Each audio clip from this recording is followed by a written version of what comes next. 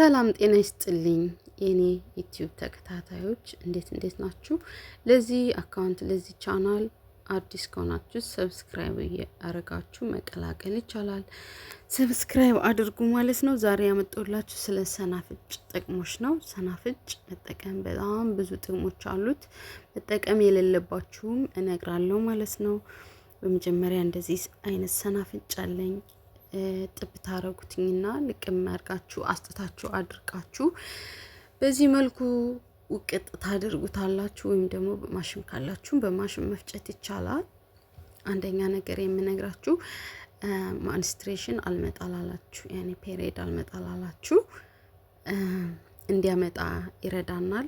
አጠቃቀሙም ከዚህ ከተፈጨው ሰናፍጭ አንድ ማንኪያ እርድ፣ አንድ ማንኪያ ማር አድርጋችሁ በሞቀ ውሃ ላይክ እንደ ሻይ በሻይ መልኩ መጠጣት ማታ እሱ እንዲመጣ ይረዳል። ለ7 ቀን መጠቀም ማለት ነው።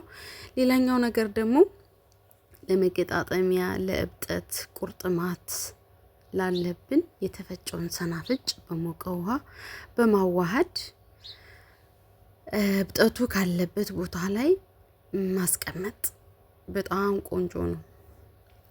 ሞክሩት። ለደረቀ ቆዳ ሽፍታ ላለብን ዘይቱን ብንጠቀም ደግሞ አሪፍ ነው። ዘይቱን በመጠቀም የማዳን አቅም አለው ማለት ነው። ለደምና ለልብ ህመምም ተመራጭ ነው። ለሳይነስም ለአስምም ተመራጭ ነው ማለት ነው። እሱ ምንድነው? በምንመገበው ሾርባ ላይ ወይም ምግብ ላይ አንዳንድ ማንኪያ የተፈጨ ሰናፍጭ በመጨመር መመገብ እንችላለን ማለት ነው። ይሄን ይመስላል። መጠቀም የሌለባችሁ ደግሞ እርጉዝ ሴት በጭራሽ መጠቀም የለባትም። እንዲሁም ደግሞ ተጓዳኝ መድኃኒት የምትወስዱ መጠቀም የለባችሁም በጭራሽ ሰናፍጭ ማለት ነው። እንዲሁም ደግሞ የቀዶ ሕክምና የቀዶ ጥገና ቀጠሮ ላለባችሁ መጠቀም የለባችሁም ማለት ነው። ቀጠሮ ሊደርስ 2 ሳምንት ቢቀረው እንኳን መጠቀም የለባችሁም። የሰናፍጭ ሻይም ሆነ ዘይቱን መጠቀም የለባችሁም ማለት ነው። ሌላኛው ነገር ካንሰር እንዳይዘን ይከላከልልናል ማለት ነው።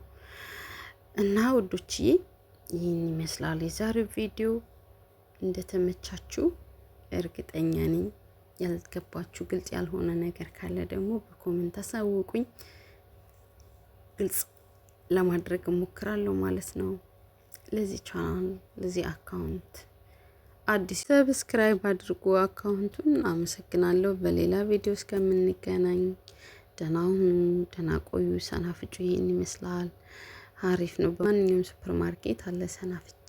ገዝታችሁ በቤት ውስጥ በማዘጋጀት ራሳችሁን መንከባከብ ትችላላችሁ ማለት ነው። ስፔሻሊ ሴቶች የወር አበባ አልመጣላላችሁ ያመጣል፣ ተጠቀሙት።